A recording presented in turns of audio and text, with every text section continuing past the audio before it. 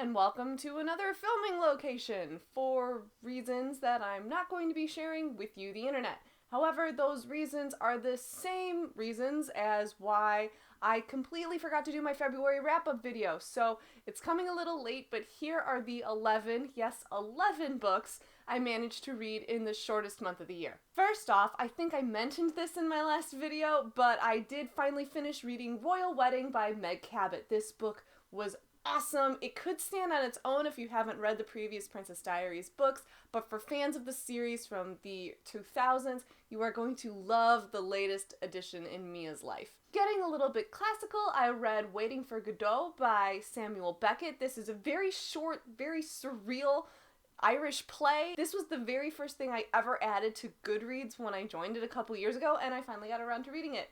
I'm not sure what I thought about reading it, but I would definitely be interested in seeing this play performed. Trying to catch up on a few series, I finally read Heir of Fire by Sarah J. Maas. This is the latest book in her Throne of Glass series. Book 4 is coming out this fall, and I was finally emotionally ready to read the third one. Amazing, so much incredible growth going on. After seeing it explode all over my Tumblr feed, I've had to read Vivian Apple at the End of the World by Katie Coyle. This is a book about a girl who a cult sort of has taken over America, and her parents get involved in it, and they become believers, and on this day, this prophet says that the rapture is going to happen. Vivian doesn't believe it, but sure enough, that day comes, and thousands of people are suddenly missing. She ends up taking a road trip with a friend to try to figure out the truth, not necessarily God. This book gave me a lot to think about. I ordered it from my library. I have a very complicated relationship with this book, so I don't know what I think, but I am glad that I read it. A bit more academically, I read Once Upon a Time, A Short History of Fairy Tale. This book by Marina Warner came from the Oxford University Press and is a very, again, academic look at how fairy tales have progressed and grown over time. It was a short read, but it was very dense. I think if you were ever really interested in the history of this topic, this would be a good introduction into what's going on. Keeping up with my vow to read more classics, I finally got around to reading Mrs. Dalloway by Virginia Woolf. This is the story that takes place all in one day about a woman who's throwing a dinner party, while at the same time it's a stream of conscious novel, so you're entering the heads of a bunch of different characters and how their days are playing out as well.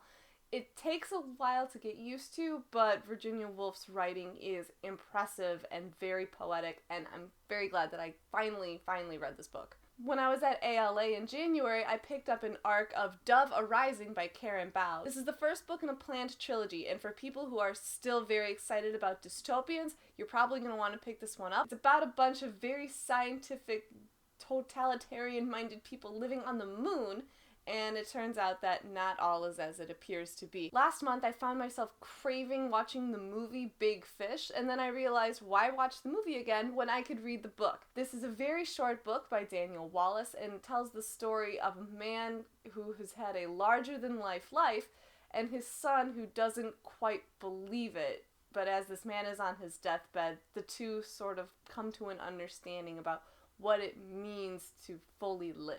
Another arc that I was lucky enough to get at ALA, thank you publisher, was Read Between the Lines by Joe Knowles. This is another book that takes place all within the course of a day, and each chapter is in the mind of a different person. These are all current students, former students, or even a teacher at this one high school, and it shows how all of their lives are actually interconnected, how they all affect each other, and they are all kind of tied together by the middle finger.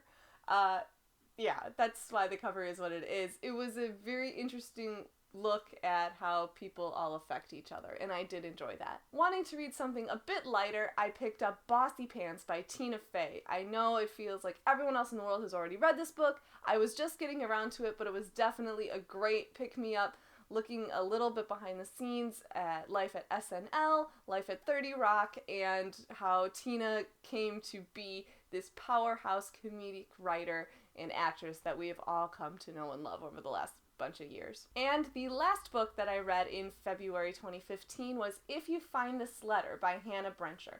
This is the girl who started the More Love Letters organization, and this is the story of how it sort of came to be.